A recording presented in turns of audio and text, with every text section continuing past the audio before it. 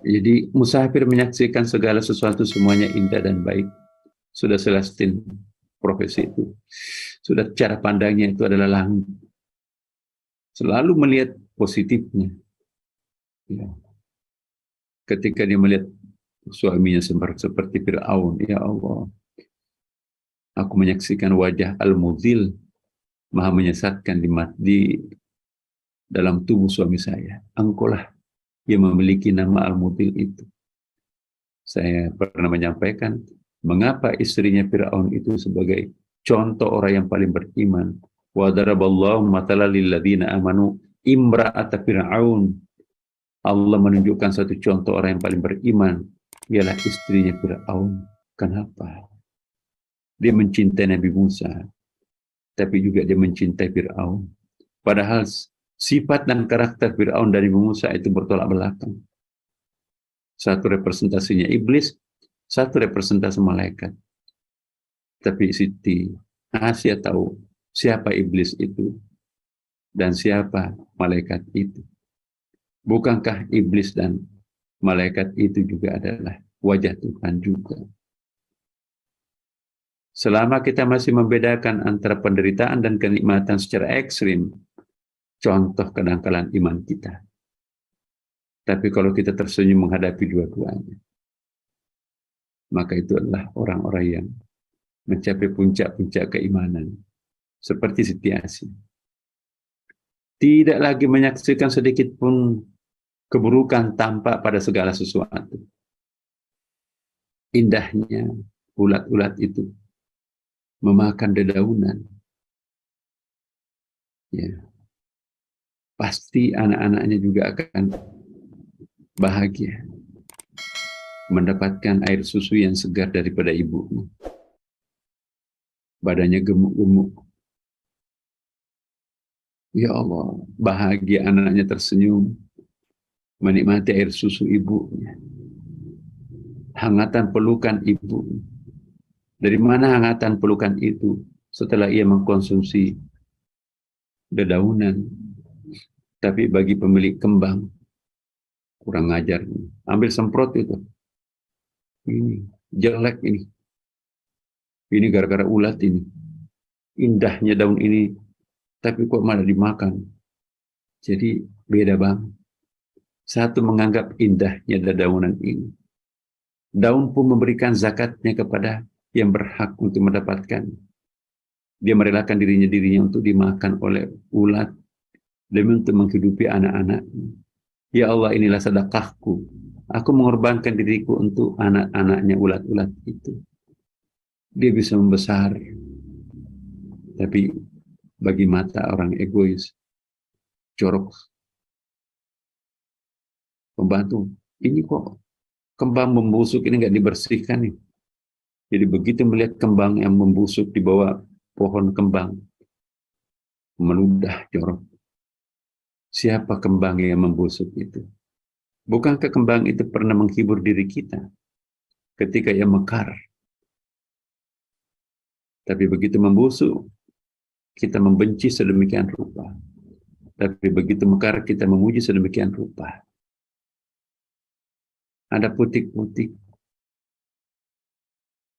cintanya nggak seberapa.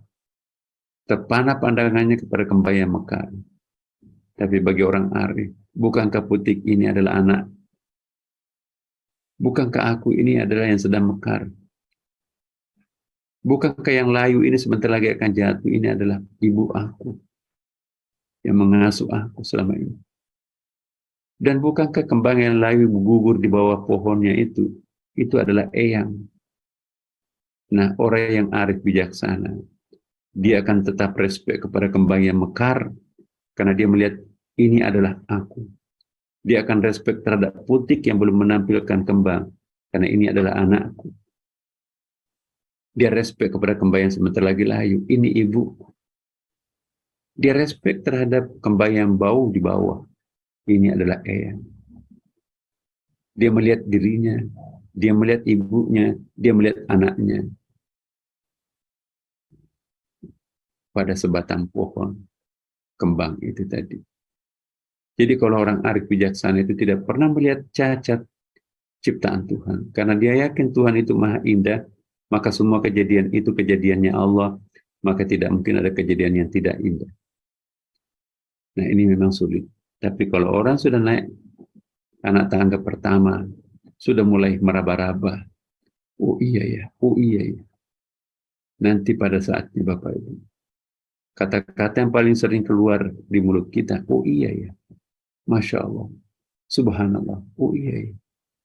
Itu tanda-tanda bahasa malaikat. Ya. Tapi kalau jorok, kotor,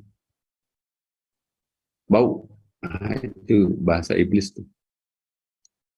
Ya.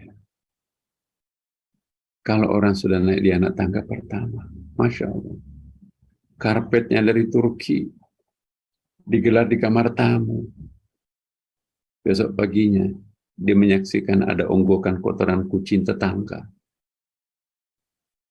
Ya. Di ruang tamu karpet yang mahal dari Turki, ya, susah perolehannya. Tiba-tiba ada kucing tetangga, buang kotorannya di atas, di tengah-tengah karpetnya itu. Mbak, minta dong handphone saya. Kenapanya? Ini indah sekali, coba lihat ini. Ini bagaikan lukisan hidup ini. Pintarnya kucing tetangga ya. Mengonggok kotorannya persis di atas kembang-kembang di tengahnya ini. Coba lihat, ini kan seperti lukisan hidup ya. Nah, ketika kita mengagumi bahwa itu lukisan hidup, baunya akan hilang. Rasa bencinya kepada keluarga, ke tetangga itu juga hilang. Rasa benci juga kepada kucing itu hilang. Masya Allah, kita dikasih amal ini. Ayo kita olahraga, kita bersihkan karpet ini. Memang takdirnya hari ini kita akan disuguhi sebuah pemandangan cantik indah ini. Ini loh karpet baru saya ini. Pintarnya kucing tetangga itu, oh, persis di atas kembangnya itu dionggok ya, runcing lagi ujungnya tuh. Nah, coba. Tapi kalau orang yang tidak punya rasa ketuhanan, udah nabrak itu tetangganya itu. Kalau mau pelihara kucing kasih makan dong. Ini karpet mahal-mahal begini, ini coba lihat, gantiin tuh. Maaf Bu, maaf. Coba lihat, iya Bu, maaf. Cuci itu, kamu punya tanggung jawab. Iya Bu, kasihan. Apa yang terjadi? Nah, harta benda itu membebani kita. Tapi yang pertama tadi, harta benda itu menambah keindahan. Jadi ekspresi wajahnya selalu penuh dengan senyum, keceriaan. Seperti ibu-ibu bapak sekarang.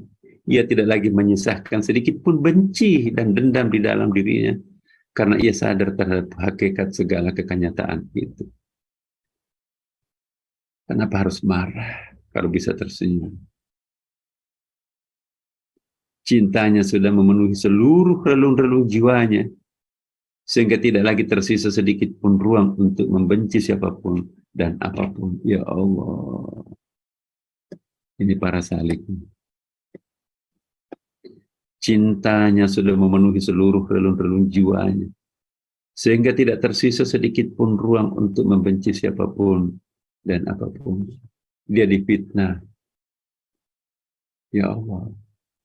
Seandainya fitnahannya itu benar. Ampuni aku ya Allah. Aku berterima kasih kepadanya.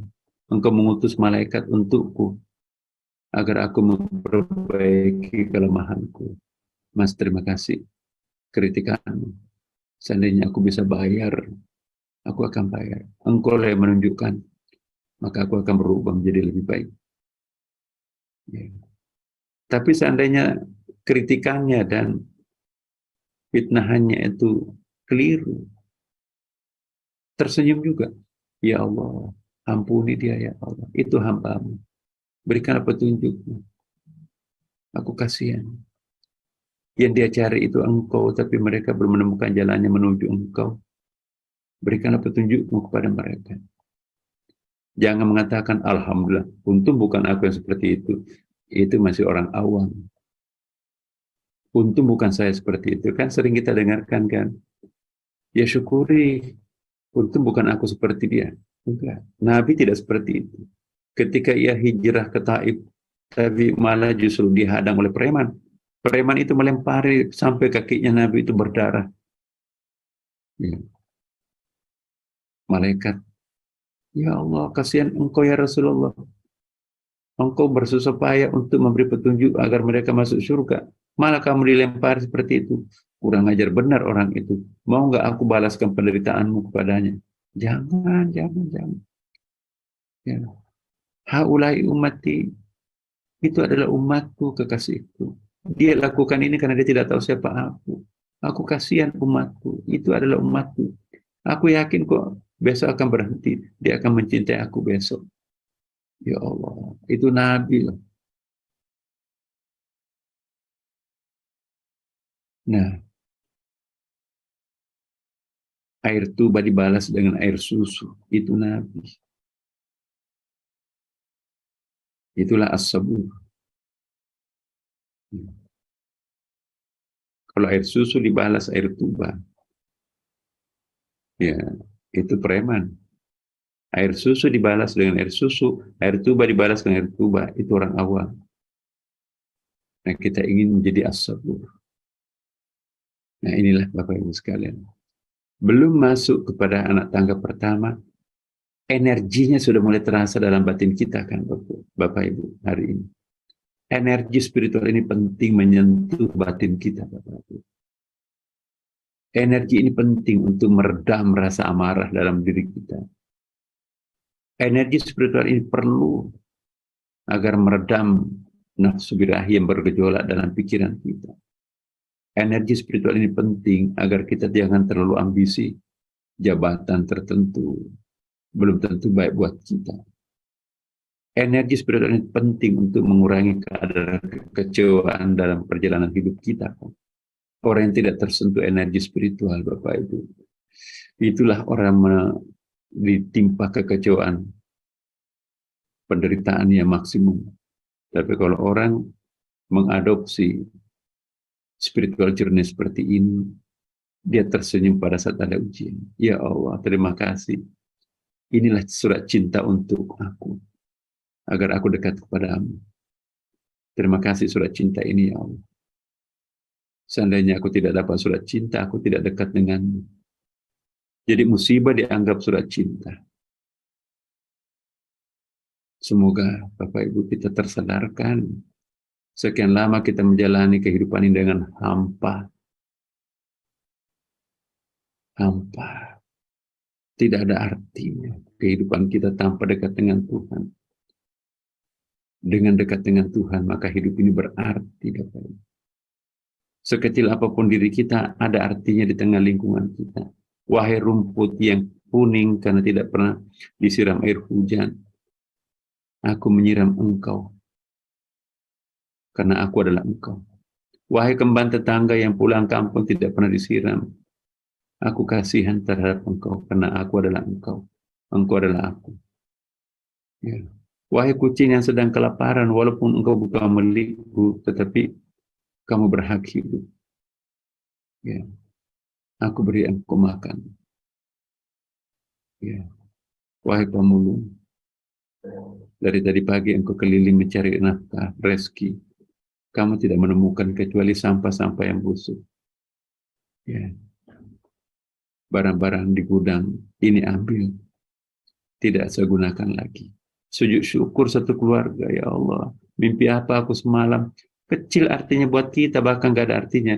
Tapi sujud syukur orang yang menerimanya. Inilah yang disebut khairun nasi anfa'uh linnas. Orang yang baik itu adalah yang banyak memberi manfaat kepada orang lain. Orang yang baik ialah banyak membuat orang lain senyum. Orang yang buruk itu adalah orang yang bawa menyedot energinya orang lain. Semoga Bapak Ibu berkah untuk kita hari ini. Assalamualaikum warahmatullahi wabarakatuh.